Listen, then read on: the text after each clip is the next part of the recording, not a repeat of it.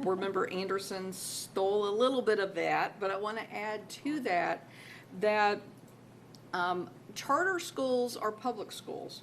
But the biggest difference between a charter school and a public school is that not every mandate that is written for a traditional neighborhood school applies to a charter school.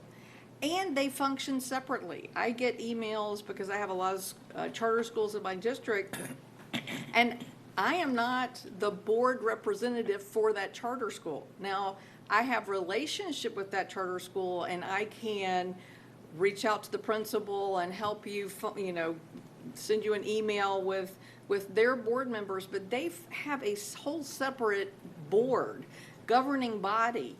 And so it's interesting that while it's not under our jurisdiction, we get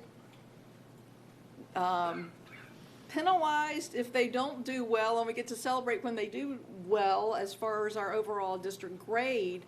But the day-to-day operation of a charter school does not fall under the full jurisdiction of the district. And so I just real quickly, through the chair to Dr. Green, just wanted Dr. Green to share with everybody, what does a charter school have to do to end up in a turnaround status? And how long do they have to get out of it versus compared to the traditional schools? Can you say that in like 20 words or less? Yes. Through the chair to board member Hershey, charter schools can be a D-rated school for as long as it's opened.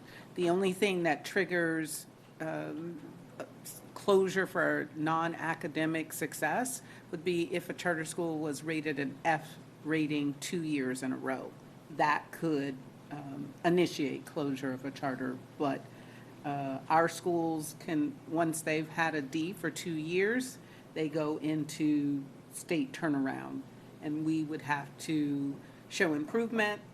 After the first year, they're in what they call district managed turnaround, and then if we don't improve, then it goes into state turnaround, which we have to hire an external operator to support those schools. But charter schools do not. Do not. And I can just say that since I've been on the board, I can think of a charter school that I have wondered why it hasn't closed yet. Because it continues, it's been an F, it's been a D, and it stays there, and it's not in turnaround. So just want to clarify, it does get a little confusing, and I understand that. But currently in the district, the only 2 F schools are 2 charter schools. Is that correct? Through the chair to board member Hershey, correct.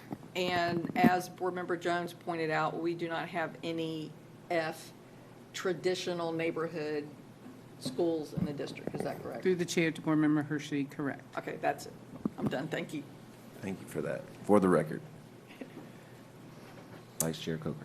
All right, so like everyone else, just want to do some congratulations. First off, to all the schools in District 1, thank you for all your efforts in regards to school grades and whatnot. You can't mention everybody, but there are highlights and things to celebrate in every single school. But in particular, want to celebrate